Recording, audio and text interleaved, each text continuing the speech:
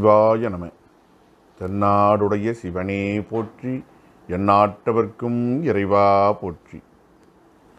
அத்திமுகத்து உத்தமனை நித்தம் நினை நெஞ்சமே, நின்று மலர்தூவி இன்று முதுகுன்றை நன்றும் ஏத்துவிற்கு என்றும் இன்பமே. பண்டறியாமை பிடித்து விட்டேனை விடாது பற்றி கொண்டு குணவழி விட்டு திருத்தி என் கோதகற்றி புண்டரிகப்பதம் தந்தாய்க்கு என்னால் ஒரு போகம் உண்டோ தண்டமிழ் கோமுத்தி முத்தி பஞ்சாக்கர சற்குருவே. எல்லாம் வல்ல சிவபரம்பொருளின் திருவருளையும் திருக்கைலாய பரம்பரை மெய்கண்ட சந்தானம் திருவாவடுதுறை ஆதீனம் 24ஆம் பட்டம் குருமகா சன்னிதானம் அவர்களின் குருவருளையும் முதற்கண் மனம் மொழி மெய்களால் வணங்குகின்றேன். குருமகா சன்னிதானங்களின் அருளாணையின் வண்ணம் நன்னூல் வகுப்பு இணைய வழியில் இனிது நடைபெற ஆவண செய்துதவும் ஸ்ரீமத் தம்பிரான் சுவாமிகள் திருவடிகளுக்கு என் பணிவான வணக்கம். சைவ சித்தாந்த இயக்குனர் அவர்களுக்கும் ஆதீன புலவரையா அவர்களுக்கும் சைவ சித்தாந்த பேராசிரியர்கள் மற்றும் அமைப்பாளர் பெருமக்களுக்கும் அடியேனுக்கு தமிழ் கற்பித்த சான்றோர் பெருமக்களுக்கும் சைவ அன்பர்களுக்கும் தமிழ் ஆர்வலர்களுக்கும் மாணவர்களுக்கும் என் பணிவான வணக்கத்தை உரித்தாக்குகின்றேன். இன்றைய நம்முடைய நன்னூல் வகுப்பு 50 சொல்லதிகாரம் பொதுவியல் பகுதி 5 திணை பால் எண் இடம் சார்ந்த செய்திகளை இதுவரையில் சிந்தித்து வந்திருக்கின்றோம். இவை குறித்த வழாநிலை வழு அமைதி சார்ந்த நிலையில் கடந்த வகுப்பை நாம் கண்டோம். உரிய இலக்கணம் பிறழாமல் அமைவது வழாநிலை. உரிய இலக்கணம் பிறழ்ந்து வந்தால் அது வழு. உரிய இலக்கணம் பிறழ்ந்து வந்தாலும் சில காரணம் கருதி ஏற்றுக்கொள்க என உரைப்பது வழு அமைதி. அதனுடைய தொடர்ச்சியாக இன்றைய வகுப்பும் அமைகின்றது. திணை வழு அமைதி பற்றியதாக அடுத்த நூற்பா அமைகின்றது. பொதுவாக பொருள், இடம், காலம், சினை, குணம், தொழில் ஆகிய பெயர்கள் அத்தனையும் அகிரணை வடிவை உடையனவாக இருக்கின்றன. அவை அகிரணை முடிவை பெறுதல் இயல்பாக பொருள் பொன் என்று எடுத்துக்கொள்வோம். பொன் பெரிது. பொன் என்பது அகிரணை வடிவ சொல், அகிரணை சொல். அது பெரிது என்கிற தனக்குரிய அகிரணை பயனலையை கொண்டு முடிகின்றது. இடம் நாடு பெரிது. காலம் வாழ்நாள் நெடிது. சினை அதாவது உறுப்பு. கண் பெரிது. குணம் குடிமை நன்று அல்லது கருமை அழகு. தொழில் நடை நன்று. தொழில்னா நடத்தலாகிய தொழில், நடை நன்று. இப்படி ஒரு அகிரணை சொல் பொருள், இடம், காலம், சினை, குணம், தொழில் சார்ந்த அந்த அகிரணை சொற்கள் அகிரணை முடிவை பெறுதல் என்பது இயல்பு. இவ்வாறு இல்லாமல் உயர்திணையோடு சேர்க்கப்பட்ட நிலையிலே உயர்திணையோடு சார்த்தி சொல்லப்படுகிற பொழுது அவை அகிரணை முடிவை பெறுதலும் உண்டு, உயர்திணை முடிவை பெறுதலும் உண்டு. முதலில் அகிரணை முடிவை பெறுதலை பார்ப்போம். நம்பி பொன் பெரிது என்று பார்த்தால், நம்பி என்பது உயர்திணை சொல். அதனை சார்ந்து இருக்கக்கூடியது பொன் என்கிற அகிரணை சொல். பெரிது என்கிற அகிரணை வினைமுற்றை கொண்டு முடிகின்றது. நம்பியது பொன் பெரிது அல்லது நம்பிக்கு பொன் பெரிது. ஆறந்தொகையாக கொண்டாலும் சரி, நான்கன் தொகையாக கொண்டாலும் சரி, நம்பியது பொன் பெரிது. நம்பி பொன் பெரிது பொருளுக்கு உதாரணம். இடம் நம்பி நாடு பெரிது. நம்பி வாழ்நாள் நெடிது. நம்பி கண் பெரிது. நம்பி குடி நன்று. நம்பி நடை நன்று. இதுவரையிலே வழாநிலை. இனி வழு அமைதி குறித்து சிந்திக்க இருக்கின்றோம். இவ்வாறு சொல்லப்பட்ட இந்த நம்பி பொன் ஆகிய இந்த 2 சொற்களும் அடுத்து பெரிது என்கிற அகிரணை முடிவை பெறாமல் உயர்தனை முடிவை பெறவும் வாய்ப்பு இருக்கிறது என்று சொல்ல வருகிறார் பவணந்தியார். அதுதான் இப்போ நம்ம பார்க்கக்கூடிய நூற்பா. நம்பி பொன் பெரியன். நம்பி என்பது உயர்திணை சொல். அதனை சார்ந்து வருவது பொன். பெரியன் என்கிற உயர்திணை முடிவை கொண்டு முடியலாமான்னு கேட்டால் முடியலாம். நம்பி பொன் பெரியன். நம்பி பொன்னால் பெரியன் அப்படி நம்ம பொருள் வைக்கணும். பொன்னால் பெரியன், நாட்டினால் பெரியன், அப்படி நம்பி பொன் பெரியன், நம்பி நாடு பெரியன், நம்பி வாழ்நாள் நெடியன், நம்பி கண் பெரியன், நம்பி குடி நல்லன், நம்பி நடை நல்லன் என்று சொல்லலாம். அது வழுவமைதி என்று பேசுகிறது இந்த நூற்பாவை பார்ப்போம். உயர்தினை தொடர்ந்த பொருள் முதல் ஆறும் அதனோடு சார்த்தின் அத்தினை முடிவின. பொருள் முதல் ஆறும் வழக்கமாக நாம் சொல்லக்கூடிய பொருள், இடம், காலம், சினை, குணம், தொழில் ஆகிய ஆறும் அகிரணை வடிவின. அவை உயர்தனையை தொடர்ந்து வருகிற பொழுது, பொன் என்பது வெறுமனே வந்த பரவாயில்லை, நம்பிக்கு உரியது, நம்பியது என்கிற நிலையில் நம்பி என்கிற உயர்தனை சொல்லி தொடர்ந்து வருகிற பொழுது, அப்படி வந்தால், உயர்தனையை தொடர்ந்து வந்தால் அந்த பொருள் முதல் ஆறும் அதனோடு சார்த்தின், அதனோடு சேர்த்து சொல்லப்படுகிற சூழ்நிலை ஏற்பட்டால் அத்தினை முடிவின, அந்த உயர்தனைக்குரிய முடிவை பெறும். ஆகையினால இப்படி சொல்லுவது குற்றமோ என்று நினைக்க வேண்டியதில்லை, இது வழுவமைதியாக ஏற்றுக்கொள்ளப்படும். பொன் என்பது அகிரணை எழுவாய், அது நம்பி என்கிற உயர்தனை எழுவாயோடு சேர்த்து சொல்லப்படுகிற பொழுது அந்த நம்பிக்குரிய, அந்த உயர்தனைக்குரிய பயனிலையை பெறுகிறது. நம்பி பொன் பெரியன், நம்பி நாடு பெரியன், நம்பி வாழ்நாள் நெடியன், நம்பி கண் பெரியன், நம்பி குடி நல்லன், நம்பி நடை நல்லன் என்பதாக சொல்லக்கூடிய நிலை உண்டு. அந்த நூற்பாவினுடைய பொருளை தெளிவாக புரிந்து கொண்டு, தொடர்தல் என்றால் உயர்தனையோடு அது சார்த்தி சொல்லப்படுதல். தற்கிழமையாகவோ பெரிதின் கிழமையாகவோ அமையலாம். பொன் என்பது பெரிதின் கிழமை, நாடு என்பது பெரிதின் கிழமை, வாழ்நாள் என்பது தற்கிழமை, கண் என்பது தற்கிழமை, இப்படி நாம் புரிஞ்சுக்கணும். குடி நடை இவையும் தற்கிழமையின்பால் அமைக்கத்தக்கனவாக அமைகின்றன. உயர்தினை தொடர்ந்த பொருள் முதல் ஆறும் அதனோடு சார்த்தின் அத்தினை முடிவின. சரி, உயர்தனையை தொடராமல் அகிரணையே சார்ந்து வந்தால் எப்படி முடிவு பெறும்? இந்த பொருள் முதலாறுன்னா அகிரணை முடிவைத்தான் பெறும். அதில் வித்தியாசம் நமக்கு தெரியாது. ஏன்னா பொருள் முதலாறும் அகிரணை தான், அது அகிரணையை சார்ந்து வந்தாலும் அதே முடிவைத்தான் பெறும். சான்றாக கிணறு நீர் ஊறிற்று, நீர் என்பதும் ஊறிற்று என்கிற அகிரணை முடிவு புரியும். கிணறு என்ன ஊறிற்று? நீர் ஊறிற்று. கிணறை எழுவாய் எடுத்துக்கிட்டாலும் சரி, நீர் என்பதை எழுவாய் எடுத்துக்கிட்டாலும் சரி, ஊறிற்று என்கிற வினைமுற்றை கொண்டு முடிதல்ல, சிக்கல் தெரியாது நமக்கு. மாடு கோடு கூறிது, மாட்டினுடைய கொம்பு கூர்மையாக இருக்கிறது என்று கோடு என்பதை எழுவாக வைத்து கொண்டாலும் சரி சினை, அல்லது மாடு கோட்டால் கூறிது, அது கொம்பினாலே கூர்மை உடையதாக விளங்குகின்றது என்று சொன்னாலும் சரி, அங்கே நமக்கு அவ்வளவு தூரம் வித்தியாசம் தெரிவதில்லை. எனவே அப்படி அகிரணையோடு தொடரும் எடுத்து அதில் வித்தியாசம் தெரியாததுனால அதை தனி நூற்பாவாக ஒரு அமைக்கவில்லை. உயர்தனையை மட்டும்தான் எடுத்து சொல்லக்கூடிய தன்மை இருக்கிறது.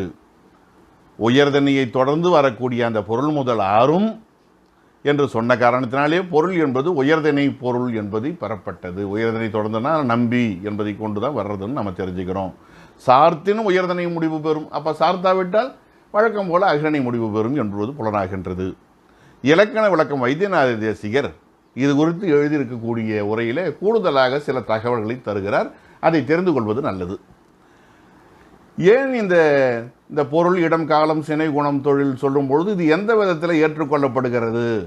அகிரணைக்குரிய வினைமுற்றை பெறாமல் உயர்தனைக்குரிய வினைமுற்றை இது சாத்தி சொல்லுகிற பொழுதும் பெறப்படுதல் எந்த வகையில் ஏற்றுக்கொள்ளப்படுகிறது என்று கேட்டால் அவை இரண்டிற்கும் உள்ள உறவு முறை என்று சொல்லுகிறார். என்ன உறவு முறைன்னு கேட்டால், உடைப்பொருளும் உடையானும். எப்படி? பொருள் எடுத்துக்கங்க, நம்பி பொன்னை உடையன், அல்ல நம்பி பொன் பெரியன் பார்த்தோம் இல்லைங்களா?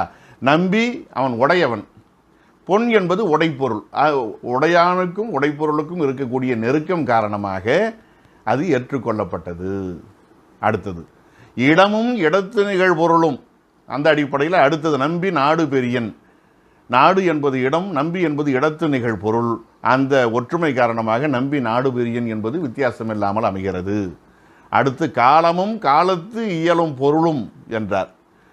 காலம் என்பது வாழ்நாள், நம்பி வாழ்நாள் நெடியன், நம்பி என்பது காலத்து இயலும் பொருள். அந்த ஒற்றுமை நயம் கருதி ஏற்றுக்கொள்ளப்பட்டது. நம்பி கண் பெரியன், அங்கே பார்த்தீங்கன்னா அவயவமும் அவயவியும், அதாவது உறுப்பும் உறுப்பியும். அவயவங்கிறது கண்ணு உறுப்பு, அவயவிங்கிறது அந்த கண்ணை உடைய அந்த நம்பி. அந்த இரண்டுக்கும் உள்ள நெருக்கம் காரணமாக நம்பி கண் பெரியன் அந்த நெருக்கம் காரணமாக ஏற்றுக்கொள்ளப்பட்டது. நம்பி நிறம் கரியன்.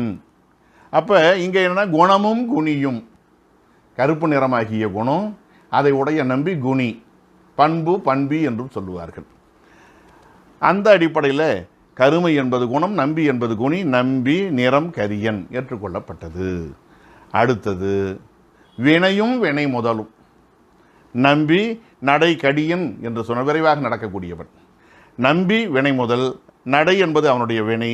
ஆக இப்படி இருக்கக்கூடிய ஒற்றுமை காரணமாக இது அமைந்தது என்று கூடுதல் தகவல்களை தருகிறார். இது மற்ற உரையாசிரியர்களிலிருந்து சற்று வேறுபட்டதாக அமைகின்றது. எனவே அந்த பதிவு ஆக திணை வழுவமைதி உயர்திணை தொடர்ந்த பொருள் முதல் ஆறும் அதனோடு சார்த்தின் அத்திணை முடிபின என அழகாக அமைந்திருக்கக்கூடிய ஒரு நூற்பாவை இது பெற்றிருக்கின்றது இந்த தலைப்பு. அடுத்தது அதுவும் திணைப்பால் மரபு ஒழுவமைதி சார்ந்ததாக அமைகின்றது. திணை பால் பொருள் பல விரவின சிறப்பினும் மிகவினும் இழிவினும் ஒரு முடிவினவே. என்ன சொல்ல வர்றார்னா, 2 திணைகள் கலந்து வந்தால் எந்த முடிவை தருவது? உயர்திணை உயர்திணை முடிவு பெறும். மாணவர் 10 வந்தனர், சிக்கல் இல்லை. மாடுகள் 10 வந்தன அல்லது 10 மாடுகள் வந்தன, ரெண்டையும் சேர்த்து சொன்ன மாணவர் 10 மாடுகள் 10 என்ன சொல்றது? வந்தனர்னு சொல்றதா வந்தனன்னு சொல்றதா? சிக்கல் இல்லையா? அதுக்குத்தான் இது தீர்வு காண்கிறது. 2 திணையும் சேர்ந்து வந்தா, ஒருமை பன்மையாகிய பால்கள் கலந்து வந்தா, பொருள் பல விரவின 2 திணைகள் கலந்து வருவது, சில பால்கள் கலந்து வருவது எந்த முடிவை தரும் என்று கேட்டால், சிறப்பு கருதி ஒரு முடிவு தரலாம், வழுவமைதியாக ஏற்கப்படும். ஏதேனும் ஒன்று தான் தந்தாகணும், வேற வழி கிடையாது. 2 முடிவு, மூன்றாவதாக ஒரு முடிவு கிடையாது. அல்லது மிகுதி கருதியோ இழிவு கருதியோ அந்த முடிவு அமைய வேண்டும். ஏதோ ஒரு முடிவை அது பெற வேண்டும். 2 முடிவில் ஒரு முடிவை பெற வேண்டும். அது வழுவமைதியாக அமைய வேண்டும். அதற்கு இந்த 3 காரணங்களில் ஏதேனும் ஒன்று அமைய வேண்டும். இது குறித்து நாம் சற்று சிந்திக்க வேண்டும் என்றால், மனிதர் வந்தனர் உயர்திணை, மாடுகள் வந்தன அகிரிணை, இதிலே சிக்கல் இல்லை. மனிதரும் ஆடுகளும் வந்தனர் என்பதா வந்தன என்பதா? தொல்காப்பியர் காலத்திலேயே இப்படி ஒரு சிக்கல் ஏற்படுகிறது. மாணவர்கள் வினவி இருக்கலாம். உடனே அவர் பல செய்யுள் நூல்களையும் எடுத்து படிக்கிறார். உலக வழக்கு தனக்கு முற்பட்ட காலத்தில் என்ன இருக்கிறது என்று தெரிந்து கொள்ள முடியாது, ஆனால் செய்யுள் வழக்கை புரிந்து கொள்ள முடியும். எல்லா நூல்களையும் படித்து பார்க்கிற பொழுது அவர் தெளிவான ஒரு முடிவுக்கு வருகிறார். நான் படித்த வரையில் அதனுடைய பெரும்பான்மை அகிரணை முடிவைத்தான் பெறுகின்றன என்று பதிவு செய்கிறார். பலவையினானும் எண்ணுத்திணை வரவு பெயர் அகிரணை முடிவினை செய்யுளுள்ளே. பலவையின் வையன்னா இடம், பலவையின்னா பெரும்பாலான இடங்களில் எண்ணுத்திணை விரவு பெயர், திணை விரவி எண்ணுகின்ற பொழுது அவை எந்த முடிவை பெறுகின்றன கேட்டால் அகிரணை முடிவை பெறுகின்றன செய்யுளை பொறுத்த வரையில். ஏதோ ஒரு முனைவர்பட்ட ஆய்வாளர் தகவலையெல்லாம் திரட்டி தொகுத்து அந்த முடிவை தன்னுடைய ஆராய்ச்சியின் அடிப்படையிலே அறிவிப்பதை போல இருக்கிறது இது. அதனால தான் தொல்காப்பியம் என்றும் நிலைத்து நிற்கிறது. ஆக அவரை பொறுத்தவரையில் மனிதரும் மாடுகளும் வந்தன, இது பெரும்பாலான முடிவு. வந்தனர் தப்பான்னா தப்பு இல்லை, ஆனால் பெரும்பான்மை நான் படித்த வரையில், நான் சேகரித்த வரையில் செய்யுள்களில் அகிரணை முடிவு தான் இருக்கிறது என்று அவர் பதிவு செய்கிறார். முதல்ல பதிவு செய்கிறார், பாராட்ட வேண்டிய செய்தி. அதற்கு அடுத்து வந்த காலகட்டத்தில் யோசிக்கிறார்கள், எது அதிகமாக இருக்கிறதோ அதை வைத்து முடிவு செய்யலான்னு ஒரு குழு சொன்னது. மனிதனும் ஆடும் மாடும் வந்தன, ஏன்னா மனுஷன் ஒருத்தன், ஆடு மாடு 2. அப்போ எண்ணிக்கை 3ஆக இருக்கிற பொழுது அதில் மனிதன் 1ஆகவும் ஆடு மாடு என்பது 2ஆகவும் இருக்கிற நிலையிலே மனிதனும் ஆடும் மாடும் வந்தன. சிறுவனும் சிறுமியும் குதிரையும் வந்தனர். ஏன்னா சிறுவன் சிறுமி உயர்திணை, குதிரை ஒன்று தான் இருக்கு.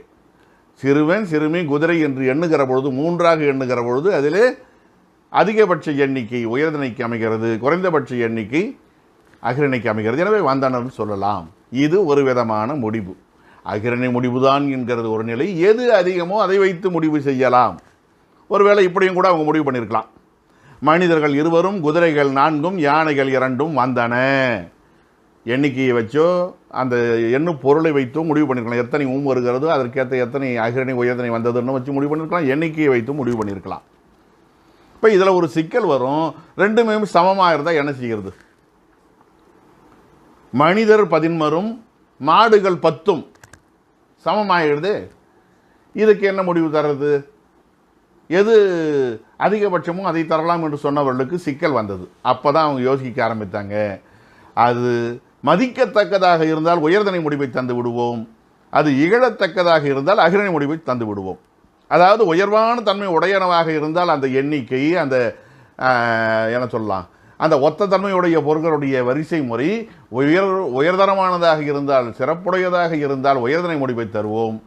அது இகழத்தக்கதாக சமுதாயத்துக்கு தீமை தரத்தக்கதாக இருக்கும் பட்சத்தில் அதற்கு அகிரணை முடிவை தந்துவிடலாம் என்று முடிவு செய்தார்கள். சான்றாக திருடரும் நாய்களும் வீடு புகுந்து காலி செய்தனர் வானாம்.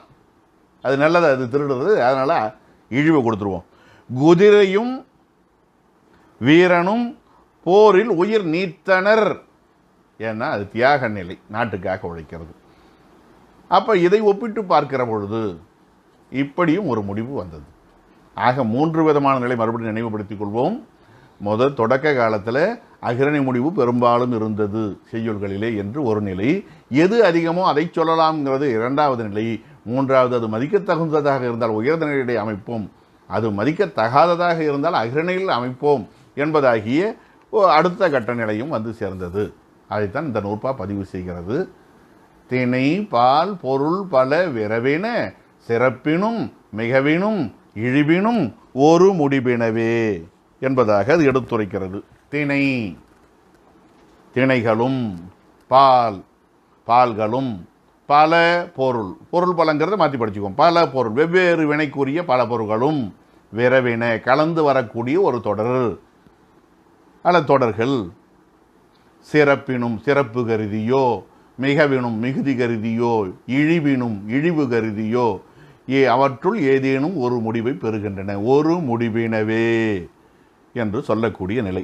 திங்களும் சான்றோரும் ஒப்பர். இருதினையும் கலந்து வந்தாலும் உயர்தனை முடிவு என்ன சிறப்பு கருதி உயர்தனை முடிவு வரிசையை சான்று பார்த்துருவோம். திங்களும் சான்றோரும் ஒப்பர், 2 பேரும் உயர்ந்த நெறி ஒழுகுகிறார்கள். அதோட நிறுத்திக்குவோம். தவத்தினர் மூத்தோர் நோயாளர் பசு பெண்டிர் ஆகிய இவர்களுக்கு வழி விலகி செல்ல வேண்டும். தவத்தினர் மூத்தோர் நோயாளர் பெண்டிற்கு நடுவில் பசுவும் விட்டது. ஆனால் இது மதிக்கத்தகுந்த பொருட்களாக இருக்கிற காரணத்தினால இவர்களுக்கு, அதுவும் சிறப்பு கருதி. உயர்தனைக்கு ஒரு உதாரணம், அகிரணிக்கு ஒரு உதாரணம். அது கொண்டு முடிகிறத வச்சு பார்க்குறோம். அதுக்கு அடுத்தது அங்கேயும் இதே நிலை தான் வருது. கலந்து வரக்கூடிய நிலையை சிறப்பை தான் சொல்லியிருக்கிறோம். அடுத்தது மூர்க்கனும் முதலையும் கொண்டது விடா இழிவு. இந்த மிகவனுக்கும் என்ன வச்சுக்கலாம், அந்த தவத்தினர் மூத்தோர் நோயாளர் பசு பெண்டிரில் எண்ணிக்கை அதிகமாக இருக்கிற காரணத்தினாலே உயர்தனை முடிவு தரப்பட்டது. ஒரே ஒரு பசு மட்டும் இருக்கிற காரணத்தினால அது மிகுதி கருதி சொல்லப்பட்டதா அதை வச்சுக்குவோம். இழிவு மூர்க்கனும் முதலையும் கொண்டது விடா என்பதாகிய ஒரு பொருளை இங்கே அமைத்துக் கொள்வோம். ஆக இவையெல்லாம் தவறாக இருந்தாலும் கூட இப்போ திணையை பற்றி தான் பார்த்துருக்கோம். வழு அமைதியாக ஏற்கப்படும். இந்த 3 காரணம் கருதி சிறப்பு மிகுதி இழிவு கருதி வழு அமைதியாக ஏற்கப்பெறும். அடுத்தது பால் வழு அமைதி. தானும் தன் தையலும் தாழ் சடையோன் ஆண்டிலனேல். திருவாசகத்தில் வரக்கூடிய ஒரு தொடர். தாழ் சடையோன் தானும் என்பது ஆண்பால், தையலும் என்பது பெண்பால், ஆண்பாலும் பெண்பாலும் கலந்து சிறப்பு கருதி ஆண்டிலனேல். ஆண்டிலதேர்னு வரல, இலர்னு பன்மை ரகரம் வரல, ரகர ஒட்டு வரல. ஆண்டிலனேல் நகர ஒட்டு தான் வந்திருக்கு. அது சிறப்பு கருதி ஆண்பால் முடிவு பெற்றது என்று உரையாசிரியர் பதிவு செய்கிறார். இது பால் வழு அமைதி. இங்கே பால் வழு அமைதிக்கு ஒரு சான்று தரப்பட்டதாக நாம் அறிகிறோம். அது மாதிரி பொருள் பல விரவின கரியும் சோறும் உண்டான் என்று சொல்லுகிற பொழுது சோறு கறி தின்றான் சோறு உண்டான் என்று வர வேண்டும். நம்ம பிறகு படிக்க இருக்கிறோம். சோறு உண்ணுதற்குரியது, கறி தின்னுதற்கு. கறினா காய்கறி. இப்போ ரெண்டையும் சேர்த்து சொல்லுகிற பொழுது உண்டான் என்று சொல்லக்கூடாதுவா? தின்றானுக்குரியது கறி, உண்டான் என்பதற்குரியது சோறு, ரெண்டையும் சேர்த்து சொல்கிறோமே, உண்டான்னு சரியானு கேட்டால் அதுவும் சிறப்பு கருதி அப்படி ஒரு முடிவு தரப்பட்டது.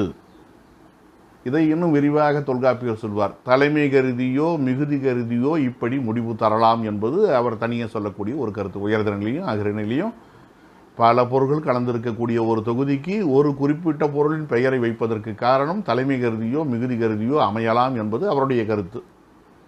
அது இங்கு சற்று உள்வாங்கி பதிவு செய்யப்படுகின்றது. அவ்வளவுதான். திணை பால் பொருள் பல விரவின சிறப்பினும் மிகவினும் இழிவினும் ஒரு முடிவினவே என்பதாக அமையக்கூடிய ஒரு நிலையை பார்க்கிறோம். அதற்கு அடுத்த நிலையிலே திணை பால் வழுவமைதி மறுபடியும் என்னென்ன அடிப்படையில் சொல்லலாம்? உவப்பினும் உயர்வினும் சிறப்பினும் செரளினும் இழிப்பினும் பால் திணை இழுக்கினும் இயல்பே. இவை பாலோ திணையோ இழுக்கி வந்தாலும் மாறி வந்தாலும் இயல்பு என்று ஏற்றுக்கொள்ளப்படும். எப்பப்ப? உவப்பினும் மகிழ்ச்சி காரணமாக சொல்லுகிற பொழுது, உயர்வினும் ஒருவரை உயர்த்தி சொல்லுகிற பொழுது, சிறப்பினும் ஒரு பொருளுடைய சிறப்பு கருதி சொல்லப்படுகிற பொழுது, செரளினும் செரல்னா கோபம், பகைமை கோபம், இந்த சூழ்நிலையிலையும், இழிப்பினும் இழிவாக சொல்லுகின்ற ஒரு சூழ்நிலையிலையும் பால் திணை இழுக்கினாலும் அவை இயல்பாக, அதாவது வலு அமைதியாக ஏற்கப்பெறும் என்று பதிவு செய்கிறார். சான்றாக பால் வலு அமைதிக்கு சான்று பார்க்கலாம். தன் புதல்வனை என் அம்மை வந்தாள் என்று சொல்வதாக வைத்துக்கொள்வோம். என் அம்மை வந்தாள், பையனை போய் பெண் மாதிரி சொல்லலாமா? ஓப்பு கருதி சொல்லுகிறார். மகிழ்ச்சியில் சொல்லக்கூடிய ஒரு வார்த்தை அது. ஒருவனை அவர் வந்தார் என்று சொல்லுவது சொல்லலாமா? சொல்லலாம். ஒருமைப்பால் பன்மைப்பாலாக ஆயிற்று. எதனால்? உயர்த்தி சொல்லுவதனால. இப்போ ஔவை பாடினால், கம்பன் பாடினான் என்று சொல்லக்கூடாது. ஔவையார் பாடினார், கம்பர் பாடினார். உயர்வாக மதிக்கிறோம் இல்லையா நாம? ஆக இது வலுவமைதியில் அடங்கும். இது தெரியாமல் இடைக்காலத்தில் என்ன பண்ணாங்க? திணை பால் பற்றி பேசுகிற பொழுது 6 பால் என்று கூட ஒரு காலத்தில் பதிவு செய்திருந்தார்கள். எப்படி 6 பால் வந்ததுன்னா, ஆண்பால், பெண்பால், படர்பால், ஒன்றன்பால், பலவின்பால், உயர்பால் என்று இதற்கு பெயர் வைத்து விட்டார்கள். நல்ல காலம். பிற்காலத்திலே அந்த இலக்கண பகுதியெல்லாம் நீக்கி விட்டார்கள். அப்படி உயர்பால் என்று பெயர் வைத்தவர்களும் இருக்கிறார்கள். அப்படி வைக்கக்கூடாது. இது வலுவ அமைதி, அது வரையறுக்கப்பட்டது. அதனால் கொஞ்சம் அதை புரிஞ்சுக்கணும். அதனால் ஒருவனை அவன் வந்தான்னு தான் சொல்லணும். புறநானூர்லாம் பார்த்தீங்கன்னா இவன்னு தான் சொல்லுவாங்க. அரசனை, தெய்வத்தையும் இவன் தான். ஒரு திரு முருகன் வந்தாங்க உதித்தனன் உலகம் உய்ய. உதித்தார்னு சொல்கிறது கிடையாது. உரையாசிரியர்வன் அப்படி எழுதிக்கலாம். செய்யுள் நடையில் சொல்லுகிற பொழுது ஆண்பாலை நகர ஒற்று இட்டுத்தான் சொல்ல வேண்டும் என்பது மரபு. ஆகையினால அவரை நாம் உரை எழுதுகிற பொழுது முருகப்பெருமான் எழுந்தருளினார், உதித்தருளினார் என்று சொல்லக்கூடிய ஒரு நிலையை பார்க்குறோம். அப்புறம் சிறப்பு. தாதாய் மூவேழ் உலகுக்கும் தாயே. தாதாயினா தந்தையேன்னு அர்த்தம். ஒரு அரசனை பற்றி மூவேழ் உலகுக்கும் தாயே. ஒரு ஆண்பாலை பெண்பாலா சொல்லாமன்னா சொல்லலாம். ஏன்னா தாய்ங்கிறது எவ்வளோ உயர்ந்த சொல். தாய் தன்னுடைய குழந்தையை காப்பாற்றுறது எப்படிப்பட்ட ஒரு நிலை. இறைவனை கூட சொல்லும்போது பால் நினைந்து ஊட்டும் தாயின்னு தானே பதிவு செய்கிறாங்க. தாயினும் சால பரிந்து என்று சொல்லுகிறார்கள். அப்போ அப்படி சொல்லலாமா? மூவேழ் உலகுக்கும் தாயே என்று பெண்பாலாக சொல்லலாமான்னு கேட்டால் சொல்லலாம். அது சிறப்பு கருதி சொல்லப்பட்டது. அதற்கு அடுத்தது எனைத்துணையராயினும் எண்ணாம் தினைத்துணையும் தேரான் பிறனில் புகழ் என்று சொல்லுகிற பொழுது கோபத்தில் சொல்றார். சேரல்னா சினம், பன்மைப்பால் ஒருமைப்பால் ஆயிற்று. எனைத்துணையராயினும் எப்படிப்பட்டவர்களாக இருந்தாலும் என்று எல்லாரையும் சொல்லிட்டு கடைசியில் தேரான் என்று அந்த இடத்துல தேரார்னு வர வேண்டியது தேரான். அவர் கோபத்தில் சொல்கிறார். அவன் அறிவு கட்டவனாக ஆராயாதவனாக என்று அந்த மதிப்பு இறங்கி விடுகிறது. இப்போ செரல் காரணமாக பலர்பாலை ஒருமை நிலையிலே சொல்லியிருக்கிறார். அவர் பன்மையை ஒருமையில் சொல்லியிருக்கார். பலர்பாலை ஆண்பாலில் சொல்லியிருக்கார். சொல்லலாமா? சொல்லலாம். வலுவமைதி. பெண் வழி செல்பவனை நோக்கி இவன் பெண் என்று சொல்லுவது அது இழிப்பு. சொல்லலாம்.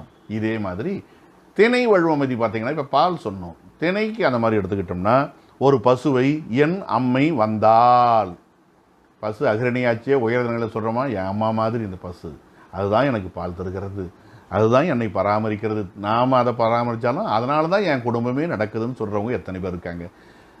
ஒரு பசுவை என் அம்மை வந்தால் என்று சொல்லக்கூடிய நிலை. உவப்பு. பசுங்கிளியார் சென்றார், கிளியே உயர்வு கருதி கிளியார் சென்றார் என்று சொல்லக்கூடிய ஒரு நிலை இருக்கிறது. புத்தகம் கூட அகிரணை தான். ஆனால் நம்ம அதை என்ன பண்ணுறோம், உயர்வு கருதி 6 விகுதி கொடுத்து சொல்கிறோமே, நாலடியார் சொல்கிறோம் இல்லைங்களா. இன்னும் மற்ற நூல்களும் இருக்குது. அதுக்கப்புறம் பசுங்கிளியன்னு அந்த கிளி செய்த உதவி எப்படியாவது தூது போயிருக்கும். எப்படி நல தமயந்தைக்கு நடுவில் அன்னம் தூது போச்சோ அந்த மாதிரி இது தூது போயிருக்கலாம். அதனால் பசுங்கிளியார் அவங்களுக்கு அது உயர்வுடையதாகப்படுகிறது. தம் பொருள் என்ப தம் மக்கள் சிறப்பு கருதி உயர்தனை அகிரணை ஆயிடுது. தன்னுடைய பிள்ளைகள் தான் சேர்த்து வைத்த செல்வங்கள். செல்வம் தான் இந்த உலகத்துக்கு முக்கியமானதுன்னு சொல்கிறோம். பிள்ளைங்களை செல்வம்னு சொல்கிறாங்களே, சொல்லாமல் அதான் மக்கள் செல்வம் சொல்கிறது உண்டு. தம்பொருள் என்ப தம் மக்கள் சிறப்பு கருதி உயர்தனை அகிரணையாக சொல்லப்பட்டது. அது மதிக்கப்படுகிறதுன்னு அர்த்தம், வேறு ஒன்றும் இல்லை. அது வேணா குடும்பமே ஏழ்மையான குடும்பமாக இருக்கலாம், சாப்பாட்டுக்கு சிரமமாக இருக்கலாம், அந்த குழந்தை ரொம்ப சின்ன குழந்தையாக இருக்கலாம். ஆனாலும் கூட அதுக்கு உணவுக்கோ மேலாடு அணிவோ கூட வசதி இல்லாமல் இருக்கலாம். ஆனால் அந்த பெற்றோருக்கு அந்த குழந்தை அதான் செல்வம்.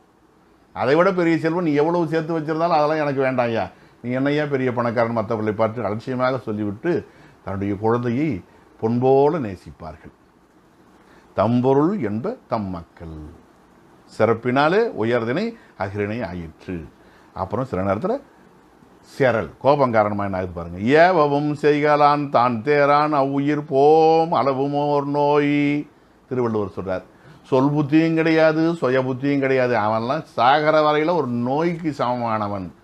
உயர்தனியாக இருக்கக்கூடிய ஒருத்தர் நோயின்னு அகிரணி ஆக்கிறார். ஏவவும் செய்கலான் பிறர் சொல்லியும் கேட்க மாட்டான், தான் தேரான் சுய புத்தியும் கிடையாது, அவ்வுயிர் அப்படிப்பட்டவன். அவன் உயிரோடு இருந்தாலும் சரி, போம் அளவும் ஒரு நோய், இந்த சமுதாயத்துக்கு இந்த உலகத்துக்கு அவன் ஒரு நோய் போன்றவன் என்று கோபத்தில் சொல்றார். சினத்தில் இழிப்பினும் நாம் யாவரும் கடவுள் உடைமை, நாமெல்லாம் கடவுளுடைய உடைமை, அரணுடைமை என்று சொல்லுவார்கள். அப்போ நாமெல்லாம் அரணுடைய உடைமைன்னா என்ன அர்த்தம்? இழிப்பு. அப்போ நாம் இறைவனை நோக்க நாம், ஏன்னா அவன் அனாதி காலம் தொட்டு பாசங்களிலிருந்து இயல்பாகவே விடுபட்டவன். நம்மை பாசங்களிலிருந்து விடுவிக்க இறைவன் கேவல நிலையிலிருந்து சகல நிலைக்கு கொண்டு வந்து சுத்த நிலைக்கு கொண்டு போக போகிறான். ஆகையினால நம்மை காப்பாற்றக்கூடிய அந்த இறைவனுக்கு நாம் நன்றி கடன்பட்டவர்கள். அவன்தான் நமக்கு இந்த தனுகரண புவனபோகமாகிய உடம்பை, உடல் உறுப்புகளை, உலகத்தை, நுகர்வுகளை, இன்ப துன்ப நிலைகளையெல்லாம் வழங்கியவன். ஆகையினால அவனுக்கு நாம் உடைமை. இன்னும் கூட சொல்லுவார்கள், உடைமைக்கு ஒரு முழுக்கு, உடையவனுக்கு பல முழுக்கு. கிணற்றிலே நம் வீட்டு செப்பு குடம் விழுந்து விட்டால் அந்த குடம் ஒரு முறைதான் அந்த கிணற்றுக்குள் மூழ்குகிறது. அதை எடுப்பதற்காக நாம் அது கிடைக்கும் வரை பல முறை முயற்சி செய்கிறோம். அதை பெறுகிற வரையில், அதை வீட்டுக்கு கொண்டு வருகிற வரையில் நமக்கு தூக்கம் பிடிப்பதில்லை. அதே நிலைதான் பிறவியாகிய பெருங்கடலே இறைவனுடைய உடைமையாகிய நாம் உள்ளே விழுந்து விட்டோம். நம்மை காப்பாற்றுவதற்காக அவன் பல நிலைகளில் வருகிறான். அந்த காலத்திலிருந்து இந்த காலம் வரையில் சமய குறவராக, சந்தான குறவராக, ஆச்சாரிய பெருமக்களாக, மகா சன்னிதானங்களாக எழுந்தருளி எப்படியாவது இந்த உயிர்களை உய்யக்கொள்ள வேண்டும் என்பதற்கு இறைவன் படாத பாடுபட்டு கொண்டிருக்கிறான். ஆக இறைவனுக்கு நாம் எல்லாம் உடைமை, அது இழிப்பு. அவனை நோக்க நாம் குறைவானவர்கள், அவன் நம்மினும் மேம்பட்டவன் என்கிற பொருளிலே பயன்படுத்தப்பட்ட ஒரு நிலையை உணர முடிகிறது. உவப்பினும் உயர்வினும் சிறப்பினும் சிரளினும் இழிப்பினும் பால் திணை இழுக்கினும் இயல்பே. அந்த ஓசையோடவே சேர்த்து அது எண்ணும்மை, இங்கே பாருங்க, இந்த உண்மையும் சேர்த்து இழுக்கினும் இயல்பே என்று அந்த ஓசை நயம் கெடாமல் கொண்டு கூட்டக்கூடிய பவனந்தியாருடைய அந்த நடை அழகு நம்மை வேக்கச் செய்கின்றது. அடுத்தது பால் இட வழுவமைதி. ஒருமையில் பன்மையும் பன்மையின் ஒருமையும் ஓரிடம் பிற இடம் தழுவலும் உளவே. அதாவது ஒருமையை பன்மையாக சொல்லுவதும் பன்மையை ஒருமையாக சொல்லுவதுமாகிய தன்மைகள் வழுவமைதியாக ஏற்கப்பெறும். இயல்பாக வந்தால் தவறு, சில சூழ்நிலைகளிலே வரலாம். அது பற்றி எங்கே வரும்னு உரையாசிரியர் நமக்கு வரையறை தருகிறார்கள், அவ்வளவுதான். ஒருமைப்பாலில் சொல்ல வேண்டியதை பன்மைப்பாலிலும், பன்மைப்பாலில் சொல்ல வேண்டியதை ஒருமைப்பாலிலும் சொல்லலாமா என்று கேட்டால் சொல்லலாம். ஒரு இடம் இன்னொரு இடத்துக்கு வருது. அதாவது தன்மை முன்னிலை பறக்க இருக்கு இல்லையா, அதை தன்மையில் சொல்ல வேண்டியதை முன்னிலையில் மாற்றி மாற்றி சொல்லலாமா? சொல்லத்தான் கூடாது. நம்ம முன்பே பார்த்தோம். நான் வந்தான் என்று சொன்னால் தவறு இல்லையா? நீ வந்தேன் என்று சொன்னால் தவறு இல்லையா? அவன் வந்தாய் என்று சொன்னால் தவறு இல்லையா? தவறுதான். அப்போ அதெல்லாம் தவறு. வேற ஏதோ ஒரு கோணத்தில் ஒரு வழு அமைதின்னு சொல்ல வருகிறார். ஓரிடம் பிற இடம் தழுவலும் உளவே அவையும் ஏற்றுக்கொள்ள பெறும் என்பதாக பதிவு செய்கிறார். என்னன்னு நம்ம பார்க்கலாம். இப்போ பால் வழு அமைதியை பார்ப்போம். ஒருமை பன்மை, பன்மை ஒருமையை பார்க்கலாம். வெயில் எல்லாம் மறைத்தது மேகம். அகிரணையிலே வெயில் என்பது ஒருமை. வெயில்கள்னு நாம் சொல்ல மாட்டோம். வெயில் ஒன்று தான், சூரியன் ஒன்று தான், வெளிச்சமும் ஒன்று தான். 12 ஆதித்யர்கள்ன்ற கதை அது வேறு, அதை விட்டுடுவோம். வெயில் ஒன்று, சூரியன் ஒன்றுனா அதனுடைய வெளிச்சம் வெயில். அந்த இப்போ நாம் பார்க்குற வெயில் ஒன்று தான். ஆனால் வெயில் எல்லாம் மறைத்தது மேகம். அந்த எல்லாம் என்பது பன்மை. அவர்கள் எல்லாம், நாங்கள் எல்லாம், நீங்கள் எல்லாம், மாடுகள் எல்லாம் மேய்ந்தன, நூல்கள் எல்லாம் கிடைக்கப்பெற்றன என்று எல்லாம் என்பது பன்மைக்கு வரும். ஆனால் நாம் தவறுதலாக பயன்படுத்த நான் எல்லாம், நீ எல்லாம். நான் எல்லாம் அந்த காலத்தில் நீ எல்லாம் இப்படி பேசக்கூடாது, அவனெல்லாம் எப்படிப்பட்டவன் தெரியுமா என்று சொல்வதெல்லாம் தவறு. நான் எல்லாம், நீ எல்லாம், அவனெல்லாம், அவளெல்லாம் என்று சொல்லுவது, அது எல்லாம் என்று சொல்லுவது தவறு. நாங்கள் எல்லாரும் தான் ஒரு காலத்தில், எல்லாரும் பிற்காலத்தில் எல்லாம் என்பது உயர்தனை அக்னி ரெண்டுக்கும் வர ஆரம்பிச்சிடுது. நாங்கள் எல்லாம், நீங்கள் எல்லாம், அவர்கள் எல்லாம், அவை எல்லாம் என்று சொல்லக்கூடிய மரபு வந்துவிட்டது. ஆக பன்மைக்குரியது எல்லாம். அதை போய் வெயில் எல்லாம் என்று சொல்லுவது நியாயமானு கேட்டால் வரலாம். இந்த இடத்துல வெயில் எல்லாம் மறைத்தது மேகம் என்று அது பரவி இருக்கக்கூடிய இடத்தை எல்லாம் என்பதாக ஒன்றாக இருந்தாலும் இடம் பரவி இருக்கிறதுனால எல்லாம் என்கிற சொல் ஓரளவுக்கு ஏற்புடையதாக கொள்ளப்படுகிறது. 2 கண்ணும் சிவந்தன. உடனே 2 கண்களும் சிவந்தன என்றுதானே சொல்ல வேண்டும். ஒரு கண் சிவந்ததுன்னு சொல்லலாம், 2 கண் சிவந்ததுன்னு எப்படி சொல்லலாம்? 2 கண்களும் என்று தானே வர வேண்டும்னு அடம்பிடிக்கக்கூடாது. 2 கண்ணும் சிவந்தன சொல்லலாம், தவறில்லை. அகிரணையிலே 2 என்னும் பன்மைப்பாலில் வந்த அந்த கண் என்கிற சொல்லு இப்படி மயங்கி வந்திருக்கிறது. 2 கண்கள் என்று வராமல் 2 கண் என்று வந்திருப்பது ஏற்கப்பட்டது. 2 கண்ணும் சிவந்தன என்று கூட சொல்லலாம், சிவந்தனும் சொல்லலாம், சிவந்ததுன்னு சொல்லலாம். அகுதை தந்தை அண்ணல் யானை அடுவோர் சோழர் என்று புறநானூற்றிலே ஒரு தொடர். அகுதை என்பதற்கு திக்கற்றவன் என்று உரை எழுதுபவர்களும் இருக்கிறார்கள். இல்லை, அவன் கோசர்குடியைச் சேர்ந்த ஒரு தலைவன், பெரிய வள்ளல் என்றும் உரை எழுதுகிறார்கள். ஆக இன்னும் பெண்பால் சொல்லாகவும் அதை கருதுகிறார்கள். சோழ மன்னனுடைய மகள் என்று சொல்பவர்களும் இருக்கிறார்கள். அது உரையாசிரியருடைய சிந்தனை. எப்படியா இருந்தாலும் அகுதை இங்கே ஒரு நபர், அதை மட்டும் ஞாபகம் வச்சுக்குவோம். நமக்கு தேவை அகுதை. அகுதை தந்தை அண்ணல் யானை அடுவோர் சோழர்.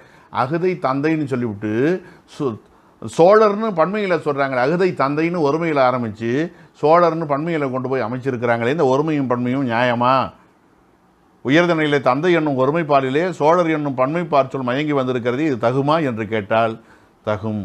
அகுதைக்கு தந்தையாகி அடுவோர் சோழர். அந்த அகுதையை பராமரிக்கக்கூடிய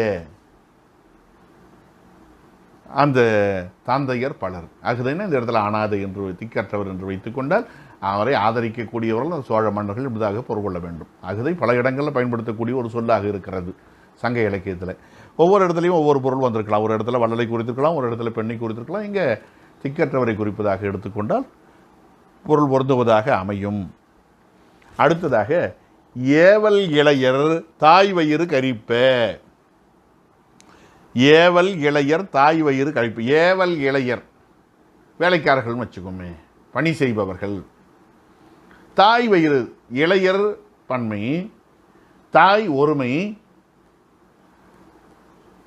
அதாவது மாணவர்களை பார்த்து ஒரு ஆசிரியர் சொல்றாங்க, மாணவர்களே உங்களை ஈன்ற தாயின் மனம் நீங்கள் அத்தனை பேரும் வெற்றி பெற்றால் மிக மகிழ்ச்சி அடையும் என்று சொன்னால் உடனே மாணவர்கள்லாம், ஐயா நாங்கள் 40 பேர் வகுப்பில் இருக்கிறோம், எங்கள் 40 பேருக்கும் 40 அம்மாக்கள், வெவ்வேறு அம்மாக்கள். நீங்கள் என்ன பண்ணுறீங்க? மாணவர்களே உங்கள் தாய் மனம் மகிழும்னு சொல்கிறீங்களே.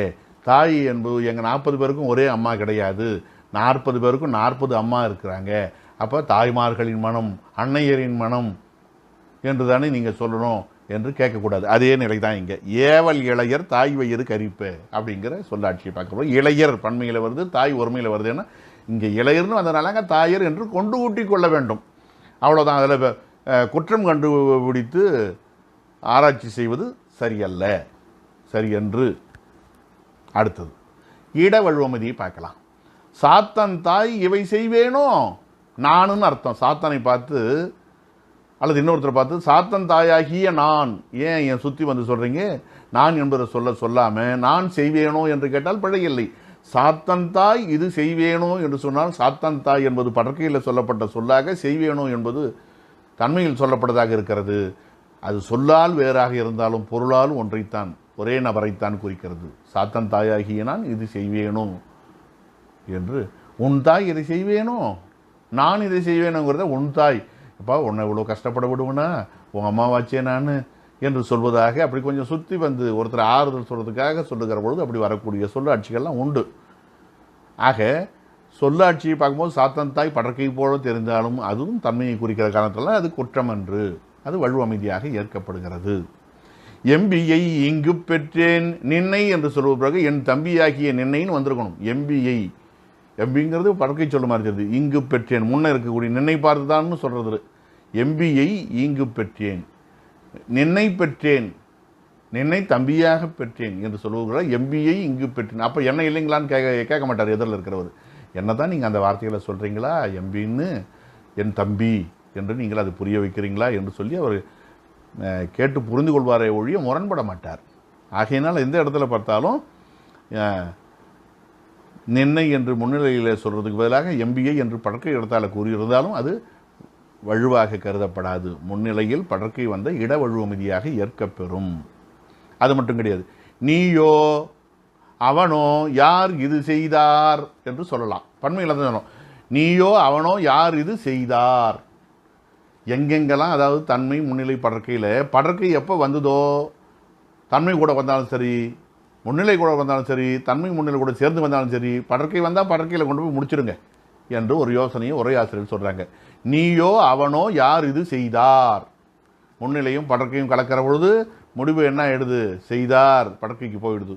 யானோ அவனோ யார் இது செய்தார், தன்மையும் படற்கையும் கலக்கிற பொழுது படற்கைக்கு போயிடுது. யானோ நீயோ அவனோ யார் இது செய்தார், அதுவும் தன்மை முன்னிலை படற்கை மூன்றும் கலந்து வந்தாலும் படற்கைக்கு போயிடுது.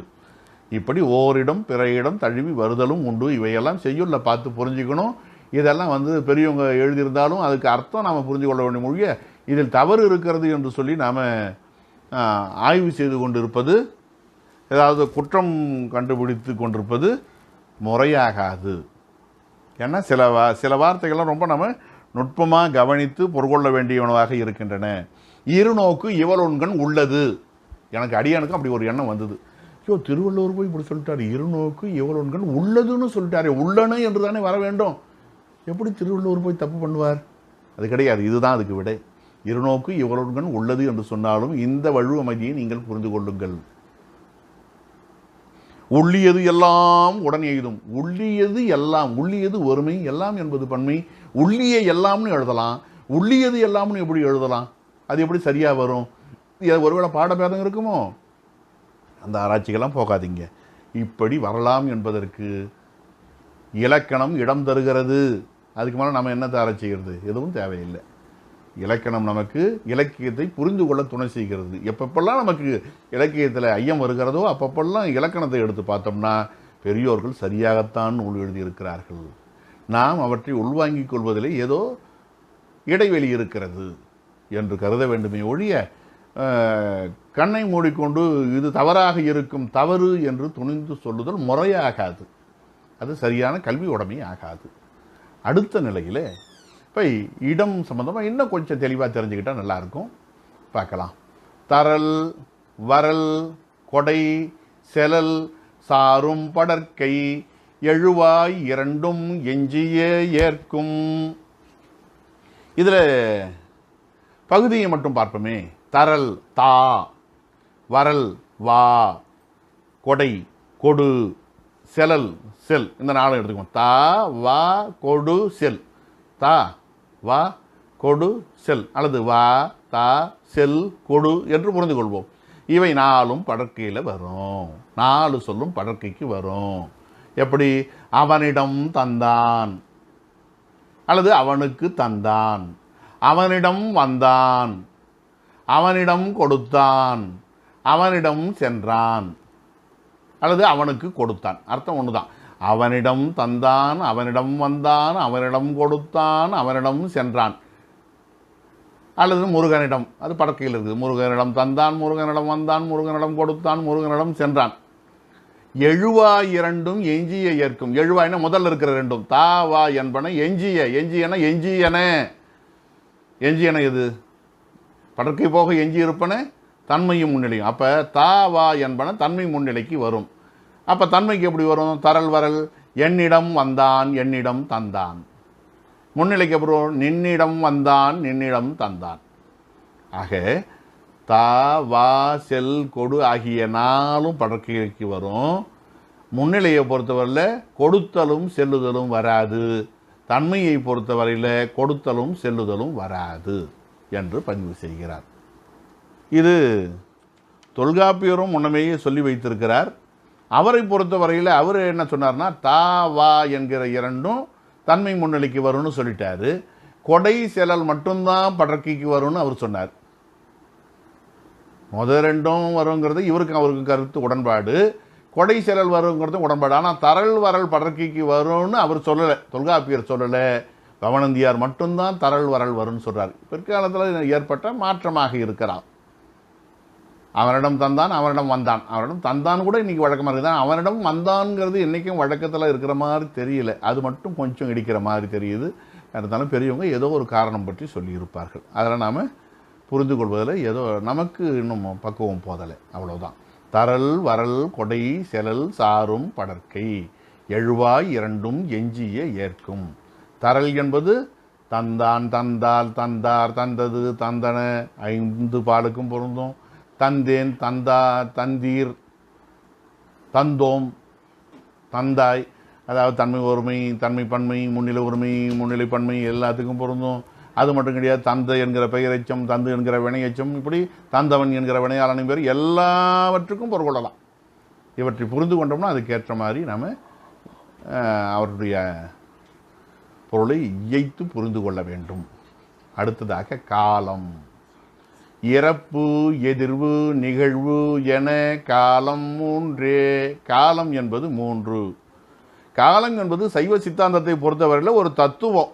வித்யா தத்துவம் 7ல் 1 கால தத்துவம். இறைவன் கால தத்துவத்தை கடந்து நின்றவன். சில பேர் காலம் என்கிற ஒன்றே கிடையாது, காலம்னு எங்கெங்கே இருக்குது, நாம தான் கற்பனையாக வச்சுக்கிட்டு இருக்கோம். திசைன்னு ஒன்று கிடையாது, நாம தான் சொல்கிறோம். வடக்கு, இது தெற்கு, அதுக்கு என்ன அடையாளம் இருக்கிறது?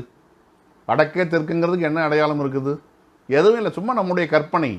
அட்சரேகை, தீர்க்க ரேகை என்று நாம் கற்பனையாக பூமத்திய ரேகை என்றெல்லாம் கோடு போட்டு கொண்டு இருப்பதை போல திசையும் ஒரு கற்பனை, காலமும் ஒரு கற்பனை என்று சொல்லக்கூடிய தத்துவவாதிகளும் இருக்கிறார்கள், மக்களும் இருக்கிறார்கள்.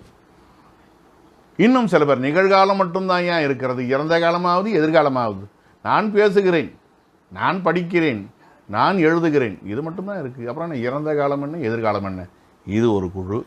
இன்னொன்று, இறந்த காலமும் எதிர்காலமும் மட்டும்தான் இருக்குது, நிகழ்காலம் ஏது? 5 தோசை சாப்பிடக்கூடிய ஒருவன் 3 தோசை சாப்பிட்டுட்டான், இனி 2 தோசை சாப்பிடணும். 3 தோசை உண்டு விட்டேன், இறந்த காலம். 2 தோசை உண்பேன், எதிர்காலம். உண்டு கொண்டு இருக்கிறேன், எங்கே நிகழ்காலம்னு எங்கே ஒன்று இருக்குது என்று கேள்வி கேட்பவர்களும் இருக்கிறார்கள். நிகழ்காலம் மட்டுமே உண்டு, ஏனைய இரண்டும் இல்லை என்பவர்களும் இருக்கிறார்கள். நிகழ்காலமே இல்லை, ஏனைய இரண்டும் தான் உண்டுன்னு சொல்கிறவங்களும் இருக்காங்க, காலமே இல்லைன்னு சொல்கிறவங்களும் இருக்கிறாங்க. பலரும் பலவிதமாக சொன்னாலும் பவணந்தியார் முடிவு என்ன? தொல்காப்பியர் முடிவு போலவே இறப்பு, நிகழ்வு, எதிர்வு என காலம் 3. அவர் ஆனால் மாற்றி சொல்லியிருக்கார். இறப்பு, எதிர்வு, நிகழ்வுன்னு சொல்லியிருக்கார். நாம் வழக்கமான சொல்லுவோம் இறந்த காலம், நிகழ்காலம், எதிர்காலம்னு சொல்லுவோம். ஏன் இப்படி சொல்லியிருக்காருன்னா அதுக்கு உரையாசிரியர் சொல்லக்கூடிய சமாதானம், இறப்பு, நிகழ்வு ஆகிய 2ஐ விட சிறப்புடையது, இறப்பு, எதிர்வு ஆகிய 2ஐ விட சிறப்புடையது நிகழ்காலம். அந்த 2ஐயும் கூட இதன்கண் அடக்க முடியும், எனவே அது இறுதியில் வைக்கப்பட்டது என்பதாக ஒரு சமாதானம் சொல்கிறார்கள். சேனாவரியர் தொல்காப்பியம் சொல்லதிகாரத்தில் எழுதும்போது ரொம்ப அழகாக வினைகளுக்கெல்லாம் எழுதுவார். இறந்த காலம் என்பது இறப்பாவது தொழிலது கழிவு, செயல் முடிந்து விட்ட நிலை. நிகழ்வாவது தொழில் தொடங்க பெற்று முற்று பெறாத நிலைமை. எதிர்வாவது தொழில் பெறவாமை. என்ன அழகாக அவர் ஒரு நூற்பா மாதிரியே எழுதுவார். அந்த காலத்தெல்லாம் அதெல்லாம் மனப்பாடம் செய்வாங்க. உரையாசிரியருடைய உரையை நூற்பாவினுடைய பாடலடிகளை விட, நூற்பா வரிகளை விட மனப்பாடம் செய்வது அந்த காலத்திய வழக்கம். இளம்பூரணர் உரை, சந்தனக்கோள் குறுகின விடத்தும் பிறப்பங்கோள் ஆகாதவாறு போல, இதெல்லாம் மனப்பாடம் பண்ணி வைப்பாங்க. அந்த மாதிரி இந்த மாதிரி பகுதிகள்லாம் மிக பரிமையாளர்கள் உரையை போல வரிக்கு வரி மனப்பாடம் செய்யக்கூடிய காலகட்டமெல்லாம் இருந்தது. மனப்பாடம் செய்வது என்று சொல்வதை விட அந்த அளவுக்கு அவர்கள் மனத்தில் பதித்து கொண்டார்கள் என்பது தான் உண்மை. மனப்பாடங்கிறது இன்றைக்கு ஏதோ அது ஒரு தவறான செயல் போலவும், அது ஏதோ ஒரு செயற்கைத்தனமாகவும் கருதப்படுகிறது. இல்லை, அதையெல்லாம் அவர்கள் உள்வாங்கி கொண்டிருக்கிறார்கள் என்று புரிந்து கொள்வோம். இறப்பு, நிகழ்வு, எதிர்வு. வடமொழியில் கேட்டிங்கன்னா இறப்பை பூதம் என்று சொல்லுவார்கள், பவிஷ்யம் என்று சொல்லுவார்கள் எதிர்காலத்தை, வர்த்தமானம் என்று சொல்லுவார்கள் நிகழ்காலத்தை. இது வடமொழியில்.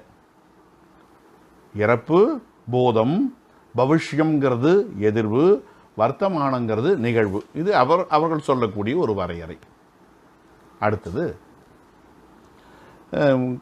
கால வழுவமைதிக்கு போகலாம். முக்காலத்தினும் ஒத்தியல் பொருளை செப்புவர் நிகழும் காலத்தானே.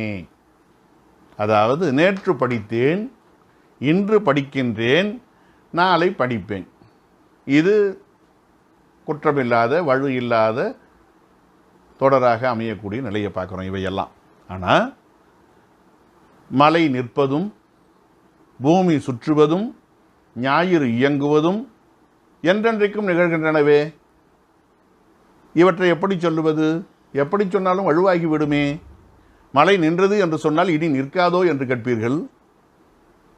மழை நிற்கும் என்று சொன்னால் இதுவரை என்ன செய்து கொண்டிருந்தது என்று கேட்பீர்கள். இதற்கு என்ன வழி, என்ன விடை, என்ன விதி? நிகழ்காலத்தால் சொல்லுவது ஓரளவுக்கு பொருத்தமாக இருக்கும் என்கிறார்கள் இலக்கண ஆசிரியர்கள். இதுவும் ஒரு விதத்தில் ஒரு சமாதானம் தான், கால வழுவமைதி தான். முக்காலத்தினும் ஒத்து இயல் பொருளை செப்புவர் நிகழும் காலத்தானே.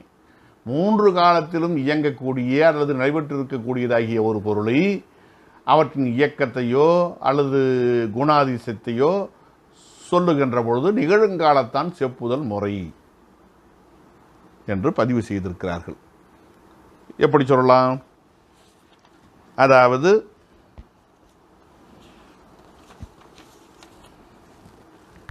மலை நின்றது, நிற்கின்றது, நிற்பது, மூணு காலத்துக்கு உரியது. மலை நிற்கின்றது என்று சொன்னாலே போதும். பூமி சுற்றுகின்றது, ஞாயிறு இயங்குகின்றது, கடவுள் இருக்கின்றார், இருந்தார், இருக்கின்றார், இருப்பார்னு அர்த்தம். மூன்று காலத்துக்கும் உரியது நிகழ்காலத்தால் சொல்லக்கூடிய மரபு இப்படித்தான் வந்தது. அதில் சொன்னாலே நேற்றும் நாளையும் பெறப்படக்கூடிய ஒரு நிலையை பார்க்கிறோம். யாரு ஒழுகும், ஒழுகுன்னா ஓடும். நீர் குளிரும், தீ சுடும், வழி உளரும், பால் இனிக்கும், வேம்பு கசக்கும் என்று செய்யும் என்னும் வாய்பாட்டால் சொல்லக்கூடிய மரபு உண்டு. தொல்காப்பியரை கேட்டால் அவர் செய்யும் என்னும் வாய்பாட்டை மட்டும்தான் பதிவு செய்தார். பவனந்தியார் தான் என்ன செய்தார்? நிகழ்கால வாய்பாடுன்னு சொல்லிட்டார். நிகழ்கால சொல் என்று மாற்றி சொன்னவர் பவனந்தியார். சில தொல்காப்பிய பற்றாளர்கள் இதனை மறுக்கக்கூடிய நிலை கூட உண்டு. செய்யும் வாய்பாட்டுக்கு தாங்க அது பொருந்தும், அது நிகழ்கால சொல்லுன்னு சொன்னது எந்த விதத்தில் நியாயம் என்று கேட்பவர்களும் இருக்கிறாங்க. அது ஒரு பக்கம் இருக்கட்டும். இருந்தாலும் கூட கடவுள் இருக்கின்றார், மலை நிற்கின்றது என்று சொல்லக்கூடியதும் ஏற்றுக்கொள்ளப்பட நிலையில் தான் இருக்கிறது, ஏற்றுக்கொள்ளத்தக்கதாகத்தான் இருக்கிறது. அதனால் தெய்வம் இருக்கின்றது, எனக்கு துணையாய் தெய்வம் இருக்கின்றது என்று சொல்கிறோம். அது என்ன தவறாயிடும்? எனக்கு துணையாய் தெய்வம் இருக்கின்றது, இருந்தது, இருக்கின்றது, இருக்கும், மூன்றையும் அதில் அடக்கக்கூடிய ஒரு தன்மையை பார்க்குறோம். ஆகையினால இந்த சொற்களை எல்லாம் நாம் புரிந்து கொள்வதில் இந்த கால வழுவமைதி சமாதானம் செய்யக்கூடிய ஒரு நிலையில் இருக்கிறது. இன்னும் கூட சில சிக்கல்களாக இது பொதுநிலை. இன்னும் சில பார்த்திங்கன்னா விரைவினும், மிகவினும், தெளிவினும், இயல்பினும், பிறழவும், பெரும், முக்காலமும், ஏற்புழி. எல்லா இடங்கள்லையும் கிடையாது, ஏற்புழி தேவையான இடங்களில் மட்டும், பொருத்தமான இடங்களில் மட்டும். விரைவினும், மிகவினும், தெளிவினும், இயல்பினும், பிறழவும், பெரும், மாறியும் வரலாம். விரைவு கருதியோ, மிகுதி கருதியோ, தெளிவு கருதியோ, இயல்பு கருதியோ மாறி வரலாம். எப்படி? விரைவு கருதி நண்பன் ஒருவன் வாசலில் நிற்கிறான், வாகனத்திலே அமர்ந்து ஒலி எழுப்பி கொண்டிருக்கிறான். விரைவாக வெளியில் ஒரு இடத்துக்கு செல்லணும் ஏற்கனவே திட்டமிட்டிருக்கிறார்கள். இவனோ சிற்றுண்டி உண்கிறான். உண்கின்றேன் வருவேன் என்று சொல்ல மாட்டான், உண்டேன் வந்தேன் என்பான். இன்னொரு நண்பன் அதே போல் அழைக்கிற சூழ்நிலை, இனிமே தான் அவன் சாப்பிடவே போகிறான். உண்பேன் வருவேன் என்று சொல்ல மாட்டான், உண்டேன் வந்தேன் அவனும்.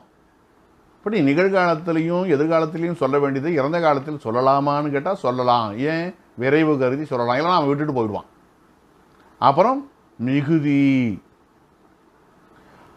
ஆற்றிலே வெள்ளப்பெருக்கு மிகுந்து ஓடக்கூடிய நிலையிலே நீ ஆற்றில் இறங்கினால் செத்தாய் என்று சொல்லுவார்கள். சாவாயின்னு சொல்றது கிடையாது, பயன் தப்பாமல் நடக்கும் ஆகியனால மிகுதி.